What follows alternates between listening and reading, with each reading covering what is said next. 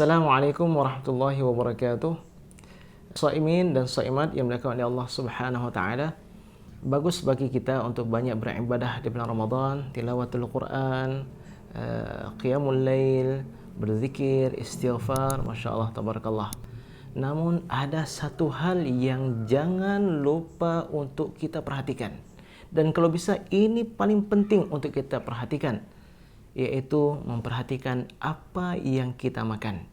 Jangan sampai ada yang haram masuk ke dalam mulut kita. Ini sangat berbahaya.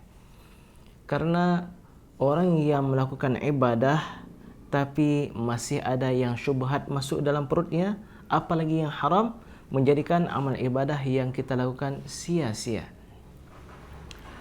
Karena itu kita melihat dalam banyak hadis Rasulullah sallallahu alaihi wasallam bersabda, kullu lahmin nabata min suhtin, setiap daging di tubuh kita yang tumbuhnya itu, yang berisi itu disebabkan karena haram, fannaru aula bih, neraka adalah yang paling layak baginya.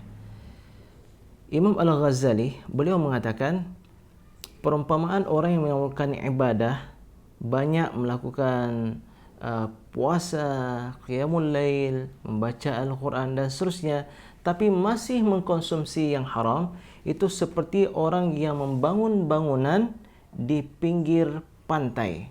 Dia bangun sedikit, kemudian datang ombak menerjang bangunan tersebut, menjadi binasa. Dia bangunkan lagi bangunannya, kemudian datang ombak lagi membinasakan bangunan tersebut. Kita melakukan ibadah tapi memakannya haram, makanan haram itu membinasakan ibadah yang kita lakukan. Allah Subhanahu wa taala dalam surah Al-Mu'minun ayat 51 berfirman, ya ayyuhar rusulu kulu minat thayyibati wa'malu salihah. Wahai para rasul, dan ini juga seruan untuk bagi umatnya. Wahai para rasul, kulu minat thayyibat, makanlah yang baik-baik, wa'malu salihah, dan beramallah dengan amal saleh. Para ulama mengkaji terkait dengan surat Al-Mu'minun ayat 51 ini, mengapa Allah Subhanahu wa taala mendahulukan kulu minat thayyibat, makan yang baik-baik, baru kemudian wa'malu salihah, beramallah saleh. Mengapa tidak amal saleh dulu baru kemudian memakan makanan yang halal dan thayyiban? Ternyata memakan yang halal dan thayyiban akan mendorong kita, akan membantu kita untuk melakukan amal saleh. Karena itu Imam Sahal At-Tusturi yang wafat pada abad 3 Hijriah, 281 Hijriah, beliau mengatakan, man akal al-haram, siapa yang mengkonsumsi yang haram, asad jawarihuhu, anggota tubuhnya akan bermaksiat kepada Allah Subhanahu wa taala. Sya'a am aba, baik dia mau ataupun tidak dia mau. Alima am lam ya'lam, baik dia sadar ataupun tidak dia sadari. Ini karena sebab memakan yang haram. Wa man akala al-halal, dan siapa yang mengkonsumsi yang halal, ata'at jawarihuhu, anggota tubuhnya itu akan taat, akan mudah untuk diajak melakukan kebaikan. Sya'a am aba, baik dia mau ataupun tidak mau. Alima am lam ya'lam, baik dia sadari maupun tanpa dia sadari. Maka oleh kerana itu, di bulan Ramadan ini kita bukan hanya sekedar menjaga diri dari bertutur kata yang tidak baik, melakukan perbuatan yang tidak baik, juga makanan yang kita konsumsi. Perhatikan, jangan sampai ada yang haram, apalagi yang syubhat. Memakan yang haram, amal tidak diterima oleh Allah Subhanahu wa taala. Seperti orang yang melakukan haji, berangkat dengan harta yang haram. Ketika dia mengatakan labbaik Allahumma labbaik, datang seruan dari langit, la labbaik wala sa'daik, tidak aku sahut seruanmu dan tidak ada kebahagiaan bagimu. Makananmu haram, kendaraanmu haram, maka bagaimana Allah akan terima? Orang yang masih mengkonsumsi yang haram, doanya juga tidak diterima oleh Allah Subhanahu wa taala. Rasulullah SAW menceritakan seseorang yang panjang perjalanannya, bermusafir.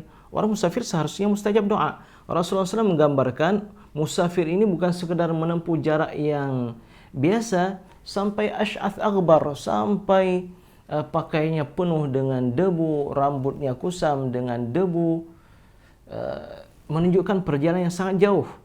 Wa madda yadayhi ila sama, sampai menengadahkan tangannya ke langit. Seharusnya ini adalah posisi yang dia itu tawaduk, rendah hati, sangat memustajabkan doanya.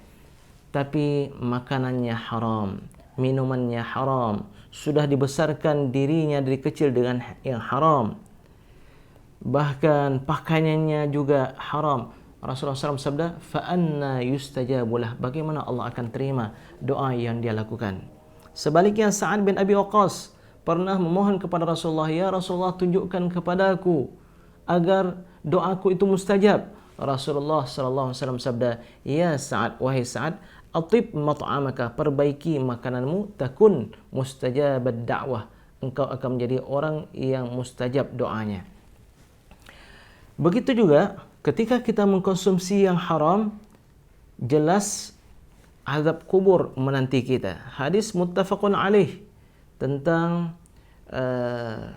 selepas peperangan ada sahabat yang syahid, maka sahabat-sahabat yang lain bergembira dan mengucapkan tahniah betapa bahagianya dia, sekarang dia berada di syurga dan seterusnya. Rasulullah sallallahu alaihi wasallam mendapatkan wahyu dan beliau katakan, "Tidak, barusan aku diberitahukan dia disiksa di dalam kuburnya karena sebab mencuri secari kain di medan perang." Karena sebab sepotong kain dia disiksa di dalam kuburnya. Maka berita ini tersebar di kalangan sahabat, heboh, dan para sahabat sempat gusar. Ternyata walaupun ada harta haram, sedikit amal hebat bagaimanapun, bahkan syahid di jalan Allah Subhanahu wa taala, orang tersebut tidak akan selamat. Datanglah seorang sahabat membawa sepasang sandal dan mengatakan, "Ya Rasulullah, aku kembalikan dua sandal ini yang aku ambil di medan perang sebelum pembagian harta ghanimah secara merata." Rasulullah sallallahu alaihi wasallam bersabda, "Sungguh jika engkau tidak mengembalikan dua sandalmu ini, engkau pun akan disiksa di dalam kuburmu." Subhanallah.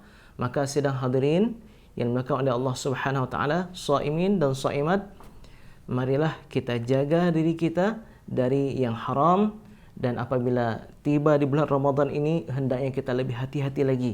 Jangan sampai berbuka dengan yang haram, jangan sampai sahur dengan yang haram, agar amal ibadah kita diterima oleh Allah Subhanahu wa taala. Wal afu minkum, mohon doanya. Wassalamualaikum warahmatullahi wabarakatuh.